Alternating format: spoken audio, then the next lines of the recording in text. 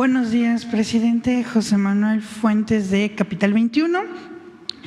Me gustaría retomar el tema de los libros de texto porque, bueno, el grupo parlamentario de Morena en el Congreso de la Ciudad de México tiene una iniciativa en donde se pide que se castigue con hasta 15 años de prisión a aquellas personas que inciten pues a la quema de libros o organicen o patrocinen pues destruirlos, y pues habrá pues una multa prácticamente quienes hagan este tipo de delitos. Quiero saber su opinión al respecto, presidente. Yo pienso que tiene que ver más con convencer, persuadir. Hay que informar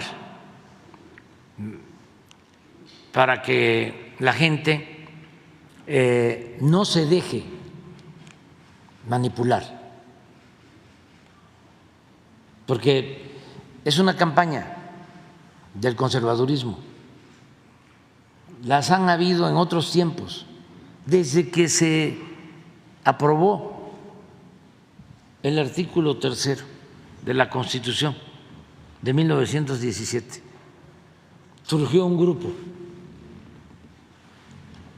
en contra de la educación pública y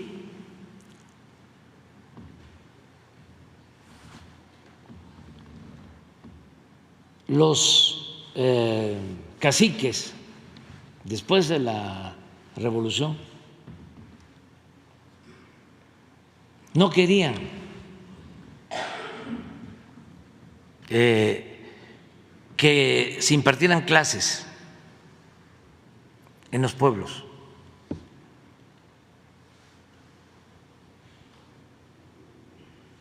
Llegaban a desorejar a los maestros.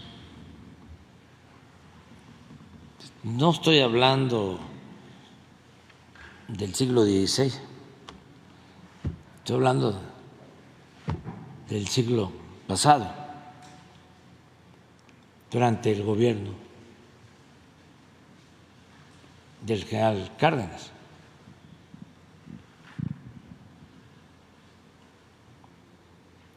Llegó a decir el general en ese entonces: le voy a devolver, a entregar de nuevo a los campesinos el Mauser con que hicieron la revolución, para que defiendan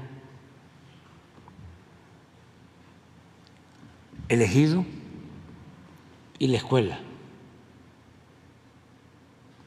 Muy fuerte. Palabras más, palabras menos, pero está en su ideario, porque había toda una campaña contra de la educación pública.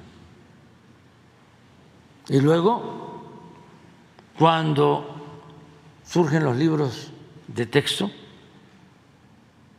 con el presidente López Mateos, lo mismo. Es como si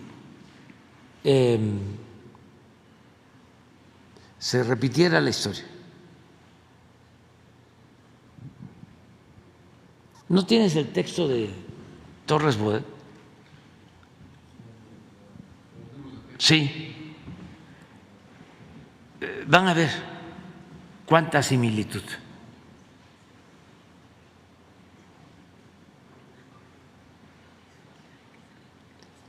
¿Quién quiere leerlo? ¿Tú? ¿Lo leen? ¿Quién quiere leer?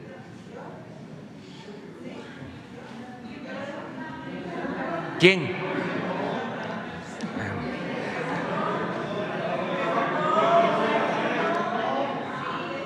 ¿Tú? Sí. Ven, pásale. Sí. ¿Te preguntó? Sí. Ahorita lo vamos a poner. Porque este texto ¿Aquí?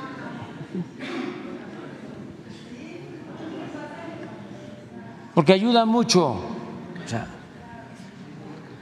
van a encontrar bastantes coincidencias, similitudes con lo que está haciendo la derecha ahora, el conservadurismo ahora.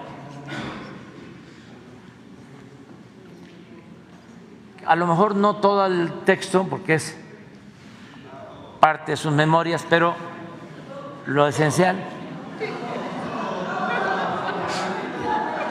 Bueno, todo.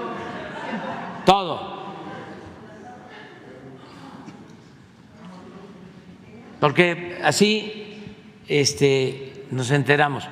Para contextualizar, se decide que se van a entregar de manera gratuita los libros de texto. Antes los padres tenían que comprar los libros. Esto no le gustó a los libreros, como ahora tampoco les gustó a los que hacían los libros, a los impresores, algunos también vinculados con los medios de comunicación. Y se creó la Comisión de Libros de Texto. En ese entonces era secretario de Educación Torres Bodet y presidente Adolfo López Mateos. Y decidieron poner de director de la Comisión de Libros de Texto a Martín Luis Guzmán, gran escritor de mucho prestigio. Y se creó una comisión con ese propósito. Pero cuando se elaboraron los libros y se empezaron a distribuir, hubo manifestaciones en aquel entonces del PAN en contra de los libros de texto.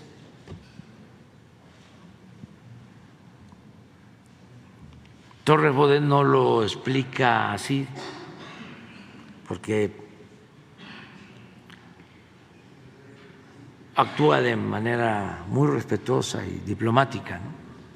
Pero sí se generó todo un movimiento y hubieron incluso intelectuales de derecha que estuvieron en contra de los libros de texto, pero al mismo tiempo hubo intelectuales progresistas que estaban a favor. Pasó el movimiento, se empezaron a entregar los libros a las escuelas y ya se estableció el que se entreguen los libros. Pero esto fue en los años 60, a principios de los 60, 59, 60. Esto. ¿Y ahora cuánto tiempo lleva? 40, 60 años después, un poco más de 60 años después, se presenta otra situación parecida. Y van a ver que las protestas de entonces son muy parecidas a las protestas de ahora.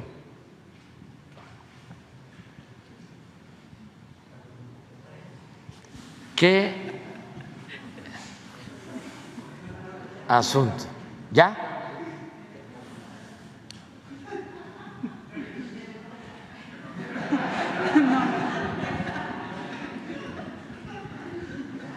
Pero es mejor así, ¿verdad?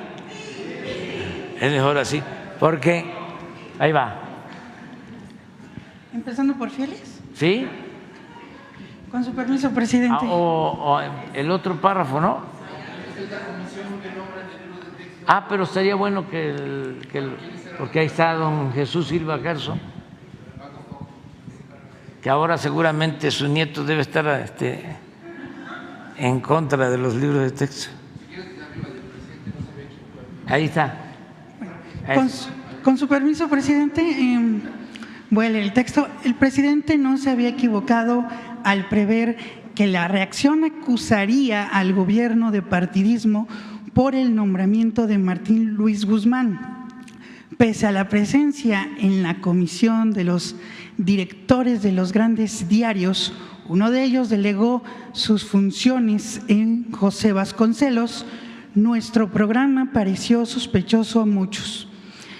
En no sé cuál de sus ediciones, Excelsior acogió una nota de Pedro Vázquez Cisneros.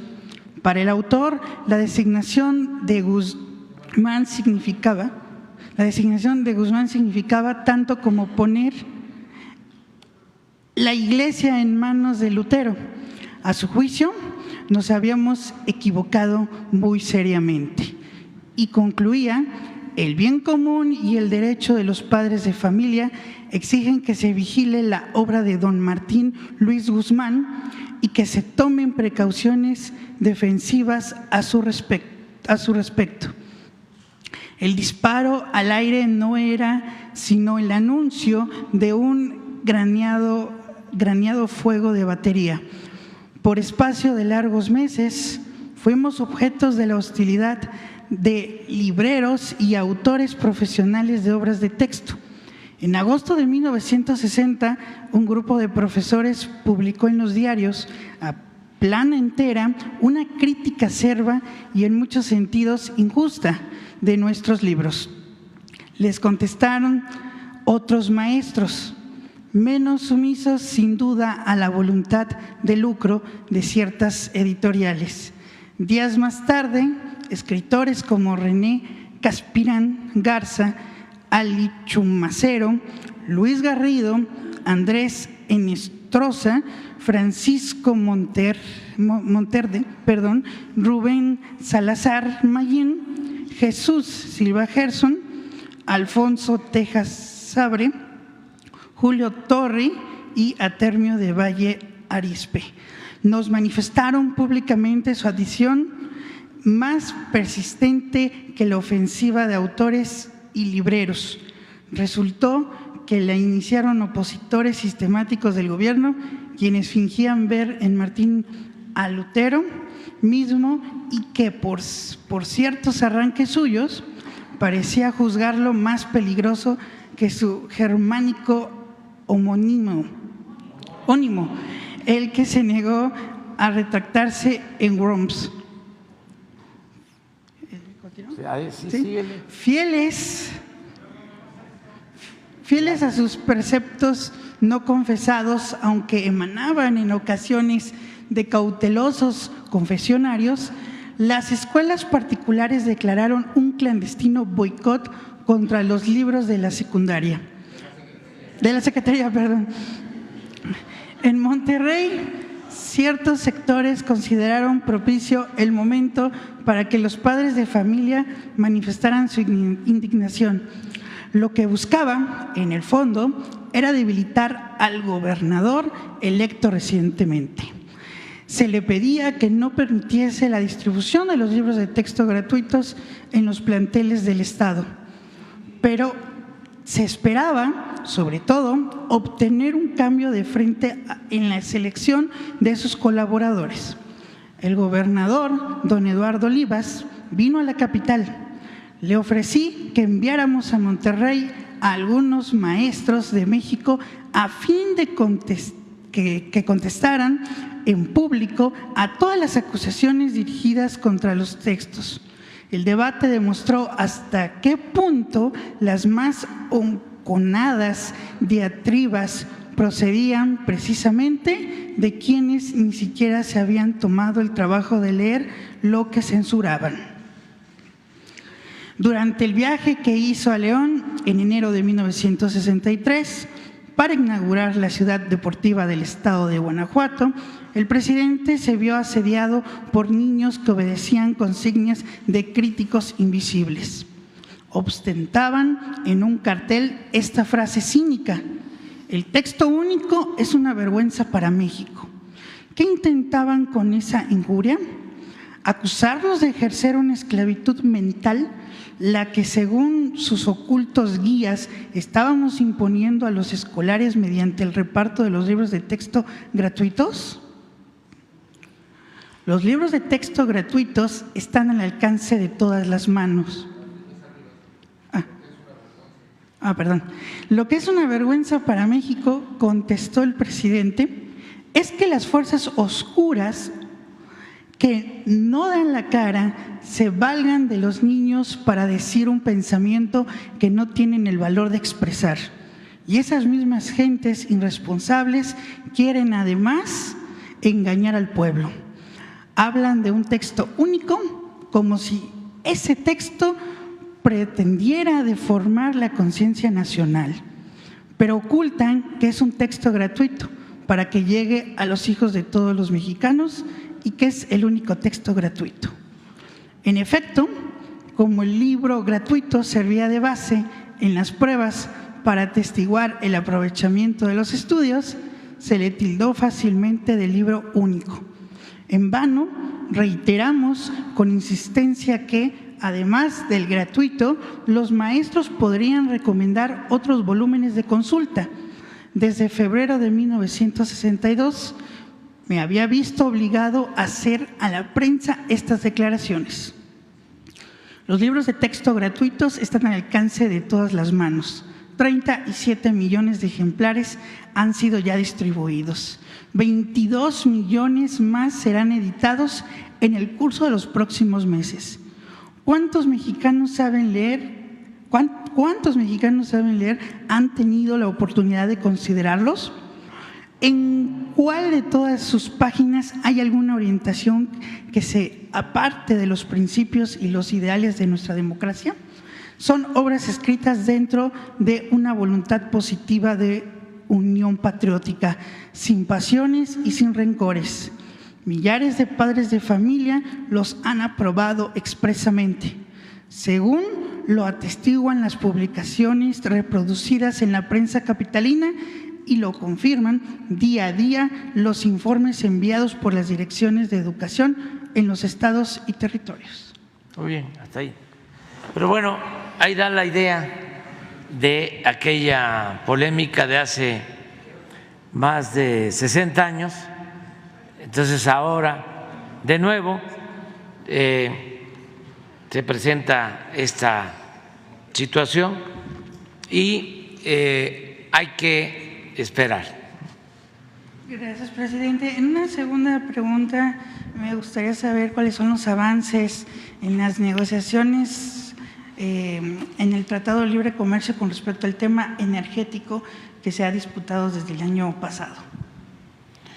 Bueno, no tenemos ninguna discrepancia en cuanto a la cuestión energética, en particular en lo relacionado con el petróleo, porque en el tratado se establece que el petróleo es de la nación, es de México, de todos los mexicanos, y no está sujeto a ningún acuerdo, a ninguna negociación con ningún país extranjero.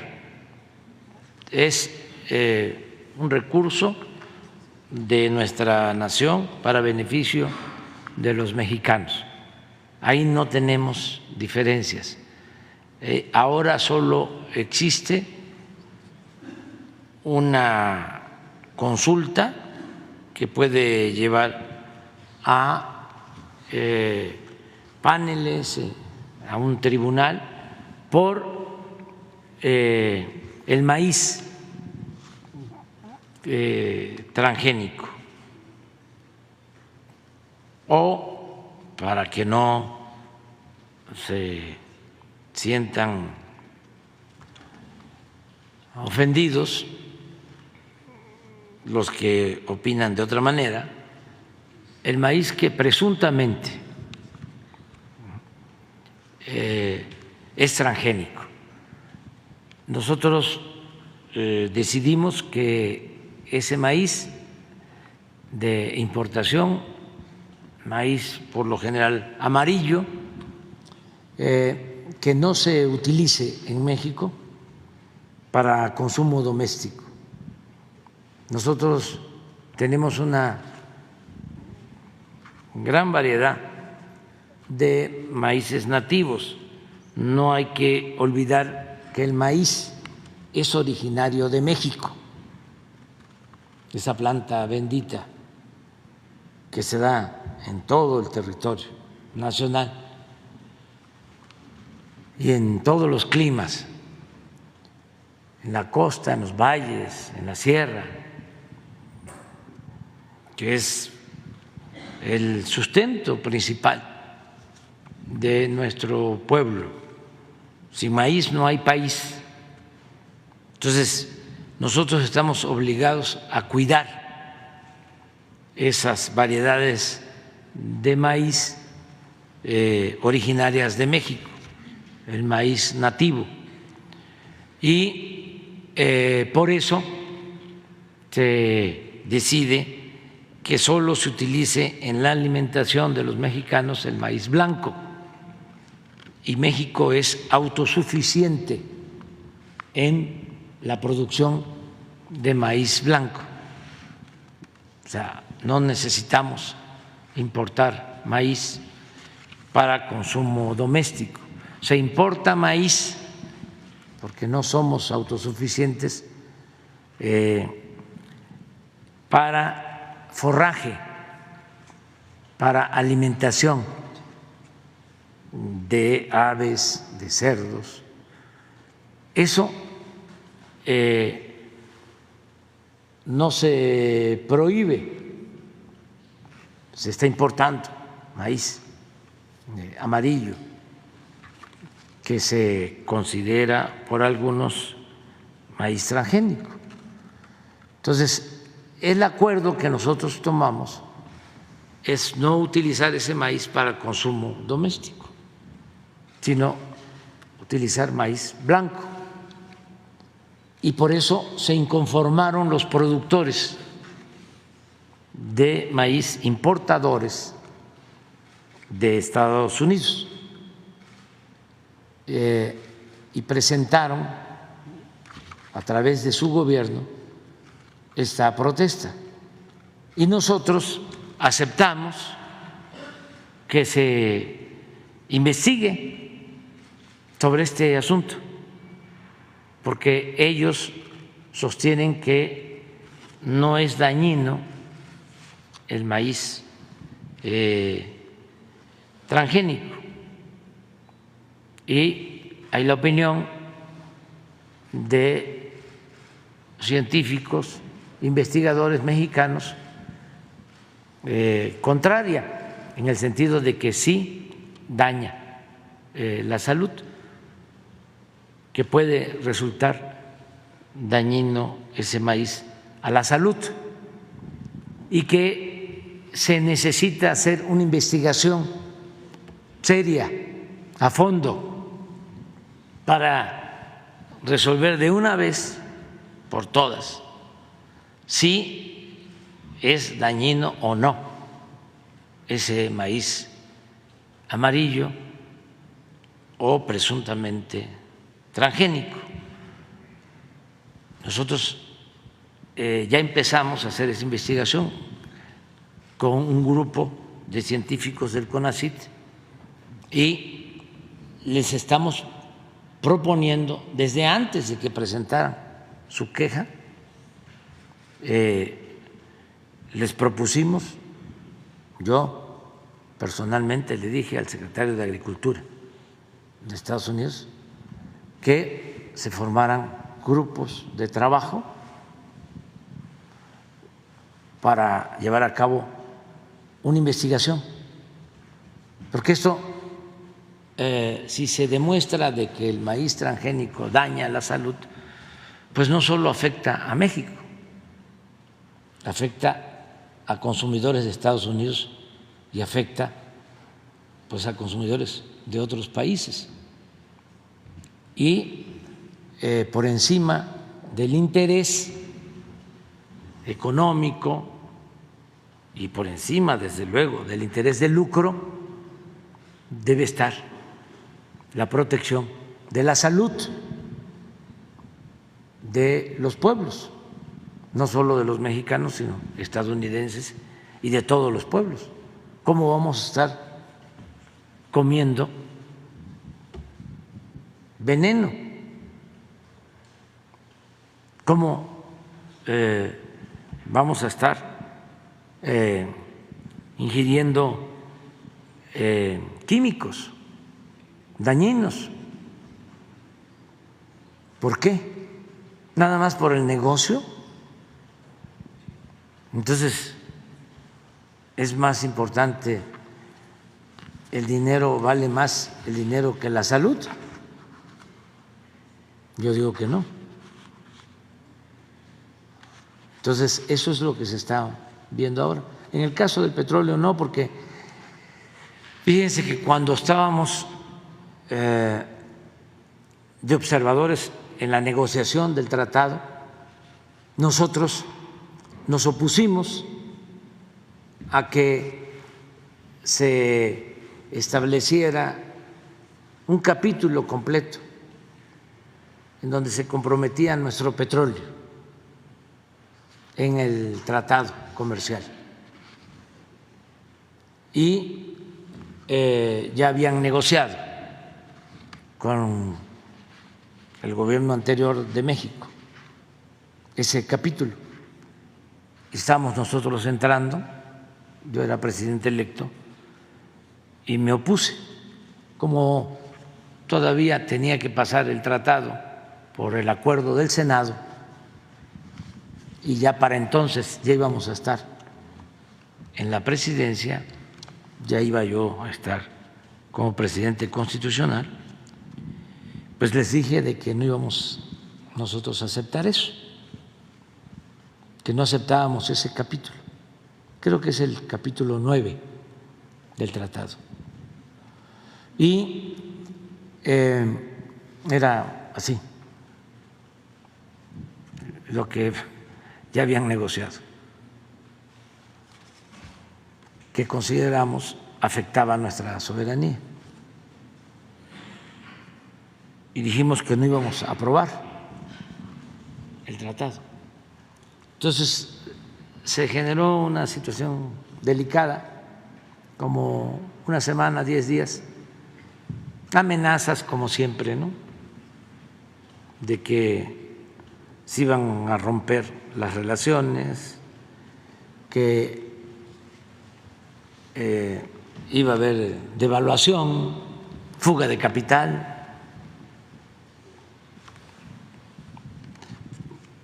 Muchas cosas en contra si no aceptábamos. Y dijimos no, no aceptamos. Se rompieron las pláticas y nadie se atrevía a irle a decir al presidente Trump de que se habían suspendido las pláticas. Nadie se atrevía porque pues pensaban que la reacción del presidente iba a ser muy fuerte. No, le dijeron después de 8 días, 10 días, le informaron de que estaban suspendidas las pláticas porque nosotros no aceptábamos el capítulo sobre el petróleo. Y la respuesta del presidente Trump fue, bueno, preguntó, ¿y qué opina? ¿Y qué es lo que ellos quieren? Pues que no se incluya el capítulo que están proponiendo, pues un párrafo que dice que el petróleo es de los mexicanos y que no está sujeto a ningún acuerdo económico o comercial. Y dijo el presidente Trump, Háganle caso, que quede eso. Son de las cosas que suceden porque se piensa, ¿no?, que la relación con el presidente Trump era difícil. Pues sí, pero logramos avanzar, nos entendimos.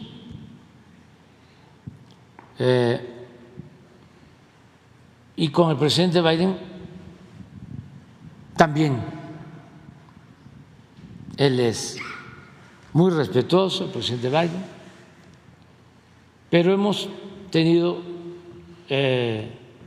la suerte de que los dos presidentes con los que hemos tratado han respetado la soberanía de México. Ahora enfrentamos un acto también, así como estos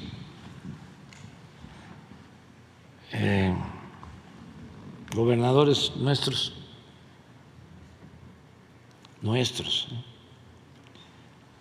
que presentan amparos con los libros de texto para hacer politiquería. El gobernador de Texas, también para hacer politiquería, puso unas boyas en el río Bravo con alambre de púa. Ni siquiera mucho, sino 300 metros. Publicidad, politiquería. ¿Cómo se decía antes aquí? Grilla.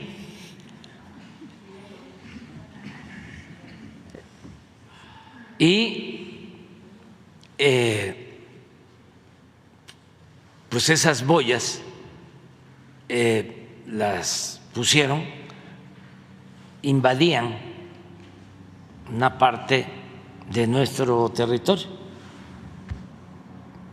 Aún en el río se probó de que estaban invadiendo nuestro territorio. Y hubo una nota diplomática y el presidente Biden también se portó a la altura de las circunstancias, presentó una denuncia, porque además no le corresponde al gobernador de Texas esto que tiene que ver con la política internacional, los asuntos fronterizos. Como aquí en México un gobernador no puede hacer relaciones con ningún gobierno extranjero. La política exterior tiene que ver con el gobierno federal. Pues es parecido. Ahora, hace 2 días, y qué bueno que lo hizo, ya el gobernador de Texas mandó a recorrer a su territorio las boyas. Ya quitaron las bases que utilizaron para poner esas boyas con alambre de púa. Ya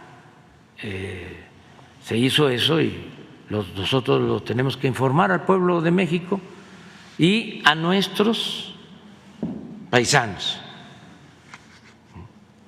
que hay muchos en Texas, muchos paisanos nuestros, que pues esto no lo vieron bien. Tengo información de que muchos protestaron porque México merece respeto. A México se le tiene que respetar, porque somos un país independiente, autónomo, no dependemos de ningún país extranjero, no somos colonia de ningún país extranjero. Entonces, afortunadamente, con los presidentes de Estados Unidos nos hemos llevado muy bien. Este es un caso del gobernador de Texas y qué bueno que rectifica, que no cae en la autocomplacencia. Es de sabios cambiar de opinión. Qué bueno que él toma esta decisión. Ojalá y aprenda pues, que debe de respetarnos. Lo mismo el gobernador de Florida, que está también en campaña diciendo que va a utilizar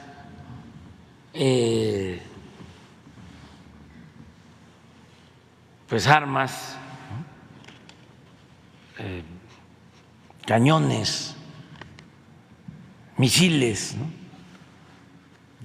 para combatir el narcotráfico en México. Primero, nosotros estamos cumpliendo con nuestra responsabilidad y aquí están los datos, enfrentando a la delincuencia. Segundo, y es lo más importante, lo que dije, somos independientes. ¿Cómo van a amenazar? Por eso al señor DeSantis, con esos arranques propagandísticos, politiqueros, no le ha ido bien. He estado viendo encuestas y con todo respeto, pues no levanta, porque tiene una política antimigrante, una política inhumana, discriminatoria, y los estadounidenses no ven bien eso. La mayoría del pueblo no ve bien eso.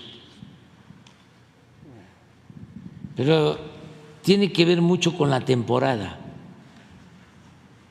con el que van a haber elecciones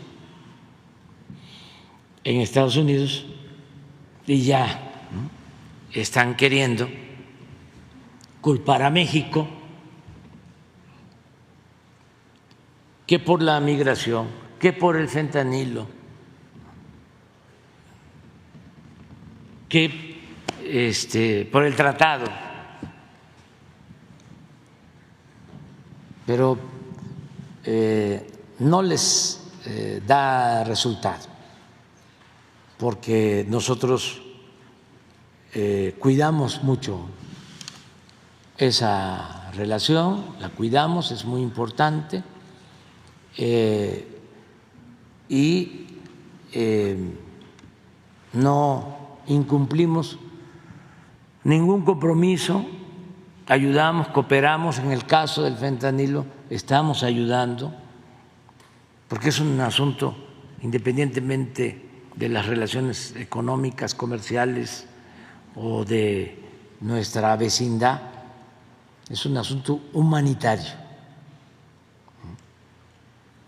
es un asunto muy grave, es una pandemia que ellos están enfrentando, que le causa la vida a 100,000 jóvenes cada año.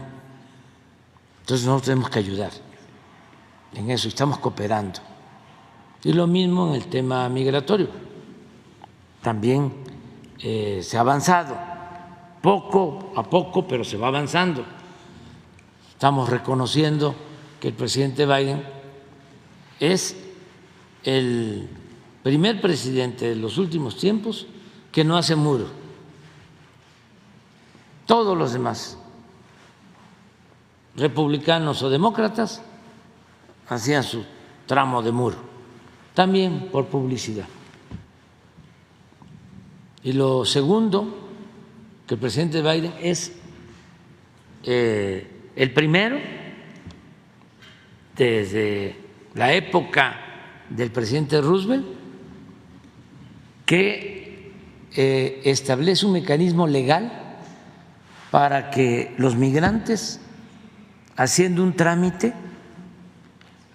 puedan llegar a Estados Unidos y que no se vean obligados a entrar de manera ilegal y corriendo todos los riesgos y peligros. Entonces, ya han entregado visas humanitarias en este año a cerca de 700,000 personas. Eso no había sucedido antes.